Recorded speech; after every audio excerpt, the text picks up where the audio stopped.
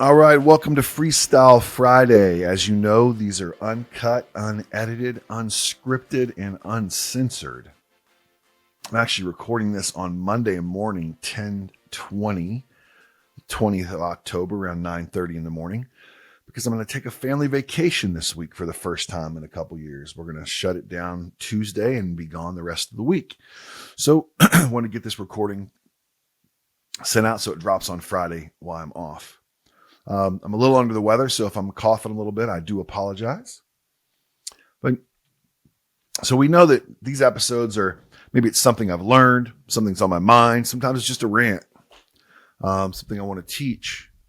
But I'm going to go into a couple things today.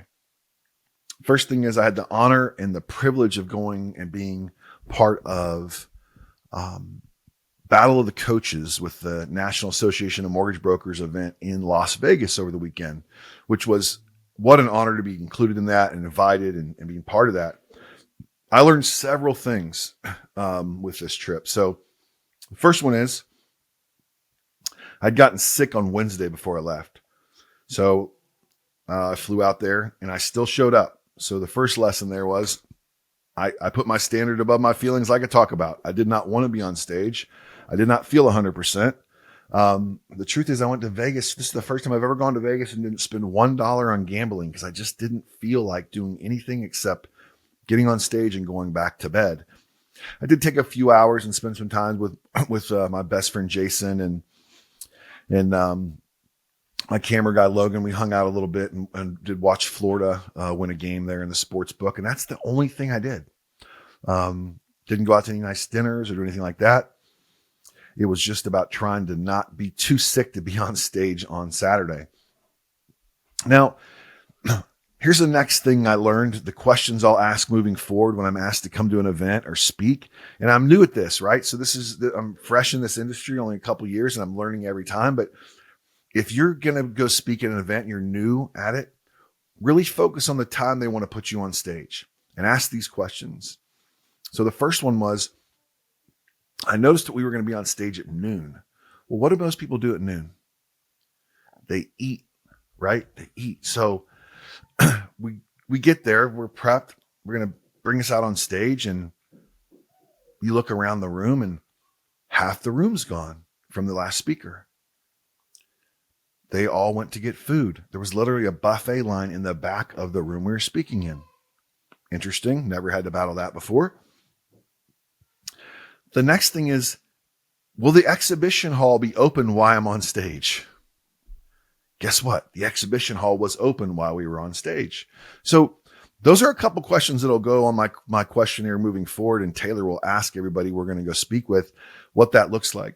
Because in the future, if they're feeding them or the exhibition hall's open, I'm not going to come.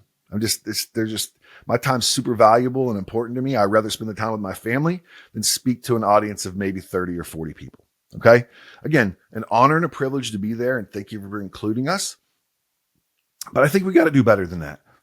When you bring people in to speak for an event like that, and you give them opportunity to get up there and present themselves and put themselves out there, I think you got to focus on making sure people are in the room. So there's a couple things there. Just be clear when you're going to go speak somewhere on what that looks like. What's the scheduling look like? You can't compete with the exhibition hall, and you can't compete with lunch. I don't care who you are. You just can't. So let's be clear on when we're going to be on stage. And I'm going to start looking at our events we have coming up here shortly in 2026. And if any of those are those cases, we're going to cancel. We're just not going to be able to make it. So, my number one goal there is to bring massive impact and value to people. And when I travel across country, I want to be able to do that. And when we're limited to only 20 or 30 or 40 or 50 people in the room, however the number was, it was a very small group compared to who was in the room prior to us getting up there. I got to be honest, it's hard to bring it 100%. And maybe I need to look at myself a little bit deeper there and bring it regardless of what it looks like. But it was a little disappointing, honestly, and I was a little under the weather, so maybe that affected some of it. But I really feel like I brought a lot of value and followed through with the answers to the questions the way they were presented to us. Amir crushed it. He's one of the best in the business. So he got on stage and did his thing, and people really loved Amir. The other two coaches did a great job as well. So it was really nice to get up there and do those things, but just get clarity on what you want. I want a full audience. I want a full auditorium. And the truth is, being up there with the other coaches, I'd much rather have the stage for 45 minutes myself and do my thing. I was finding myself having to hold back a little bit. You had two minutes to answer a question, 2 minutes to answer a question, then 6 minutes to kind of go over why coaching's so big in 2026. I'm used to having 45 minutes to an hour on my platform to go up there and really follow through with the way I've been taught as a speaker and trained to bring the audience in, and the storytelling and the things I work on every day on my craft. So it was interesting to learn how to do it a little bit differently. But I learned, like I said, a lot of lessons, a lot of clarity there. Now, again, I may be a little bit frustrated just because I was sick. I didn't spend any time in the exhibition hall like I wanted to. I didn't really seek anybody out like I normally do at events because I just wasn't present. Like, I needed to go back to my room and try to get better. I'm still under the weather today and have a full calendar of clients and events we're running today as well. But, what's your standard? Are you going to show up even when you don't feel like it? And for me, that's proof. The answer is yes. I showed up even when I didn't feel like it. Now, this afternoon, we have a great event that we're hosting. It's a business planning and strategy event for 2026. And if you're hearing this and you did not get on the call this afternoon, if you missed it, go ahead and send an email to my assistant, Taylor, at chriswelton.live, and she will be happy to send you the recording and also send you the documents that we use for that to help you map out 2026. And something different we're going to do finishing out the year is we're going to offer some one-on-one time for clients or potential clients or somebody who just wants a little bit of help mapping out 2026. We're only going to have 5 spots available to do this. So if you're interested in spending an hour with me going over strategy for 2026, and then it follows up with 3 15-minute calls, one in the first quarter, one in the second quarter, and one in the end of third quarter, there's an opportunity for you to do that. But we're only opening up 5 spots. Our calendar is super full going into the rest of the year and starting in 2026. But we figured to let 5 people have an opportunity. So we're going to release that on today's group call that we do at this afternoon. So if there's any spots left, feel free to reach out to Taylor again and ask her and say, hey, I'm interested in one of those spots. What does that look like? And we'll be glad to put you on that list. But for me, it's starting my year early, which is what I've already done. I've already started working on my 2026 actual goals, the things I'm aiming for and the targets I'm searching for. And that call gives you super clarity on goals and tasks, which are 2 separate things. A lot of people create goals that are actually just tasks on things they need to check off their box. That's my goal. We look at it a totally different way. Goals are needle movers, not necessarily targets.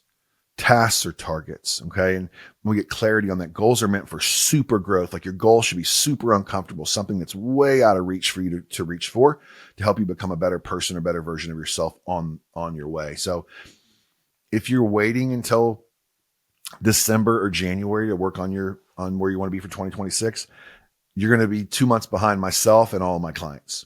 And that's why we're up 190% year over year from last year, because we started last year in October, right? Just like we started 2026 in October this year. And we're going to finish the year strong, but we're already focusing on getting traction for January and February, when everybody else shows up January 3rd or 4th, whenever they decide to stop celebrating the holidays. And now they're working like their hair's on fire to try to catch up. You're not going to catch me. You're not going to catch my clients, because they're going to be way ahead of you because they started early and had a plan and a roadmap and went after it. So get clarity on where it is you want to go and define what those tasks look like. And we help you break those down into a daily regimen or daily routine.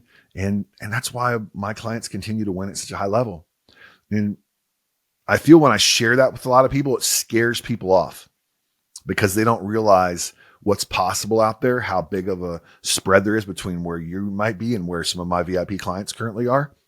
And if it scares you, that's okay, right? Maybe it's not for you.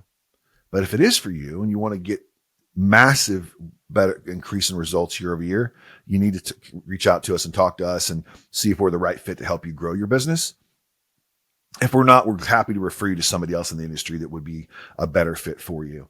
So I'm going to take a few days off. I'm going to shut it down. I won't be responding to any text messages or emails Wednesday through Sunday this week. Haven't done that in probably 2 years, but it's about being where my feet are planted. I'm going to spend time with my wife and My son, we've got a nice cabin out in the woods, and we're going to go enjoy the turning of the leaves here in Indiana and go eat some nice home cooked food and just relax, be away from everything and everyone except the people who are closest and dearest to me. So we'll catch you next time on Freestyle Friday.